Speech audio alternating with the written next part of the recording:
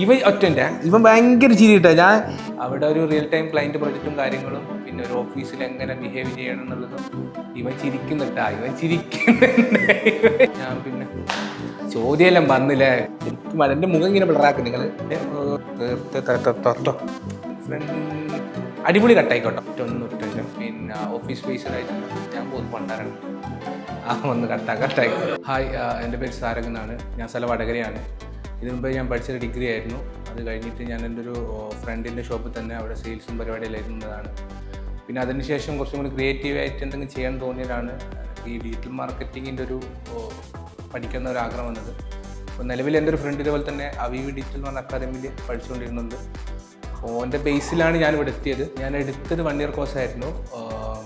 അപ്പോൾ അത് 1 year course ആയതുകൊണ്ട് എനിക്ക് പഠിക്കാൻ കുറച്ചും കൂടി ബുദ്ധിമുട്ടാവുമെന്ന് ഞാൻ ചിന്തിച്ചത്. പക്ഷേ അങ്ങനെ ഒരു പ്രശ്നം എനിക്ക് നിലവിൽ തോന്നിയില്ല. കാരണം മെൻറ്റേഴ്സാണ് എല്ലാവരും അടിപൊളിയായിട്ട് നമുക്ക് പെട്ടെന്ന് ഡൗട്ടും കാര്യമെല്ലാം ക്ലിയർ ആയി തരും.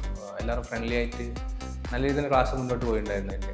ഓക്കെ, ഇപ്പോൾ കറൻ്റ്ലി ഞാനിപ്പോൾ ഇൻറ്റേൺഷിപ്പ് ചെയ്തുകൊണ്ടിരിക്കുകയാണ്. അവീവിൻ്റെ പാരൻ്റ് കമ്പനിയായ അക്കോർഡ്സിലാണ് ചെയ്തുകൊണ്ടിരിക്കുന്നത്.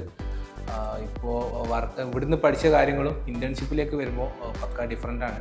പക്ഷെ അവിടെ ഒരു റിയൽ ക്ലയൻറ്റ് പ്രൊജക്റ്റും കാര്യങ്ങളും എല്ലാറ്റും മുന്നോട്ട് പോവാണ്. പിന്നെ ഓഫീസിൽ എങ്ങനെ ബിഹേവ് ചെയ്യണമെന്നുള്ള കാര്യങ്ങളും കുറച്ച് ബേസിക്കായിട്ട് കുറേ കാര്യങ്ങൾ ഇൻറ്റേൺഷിപ്പിലേക്ക് പഠിക്കുമ്പോൾ മനസ്സിലാകുന്നുണ്ട്.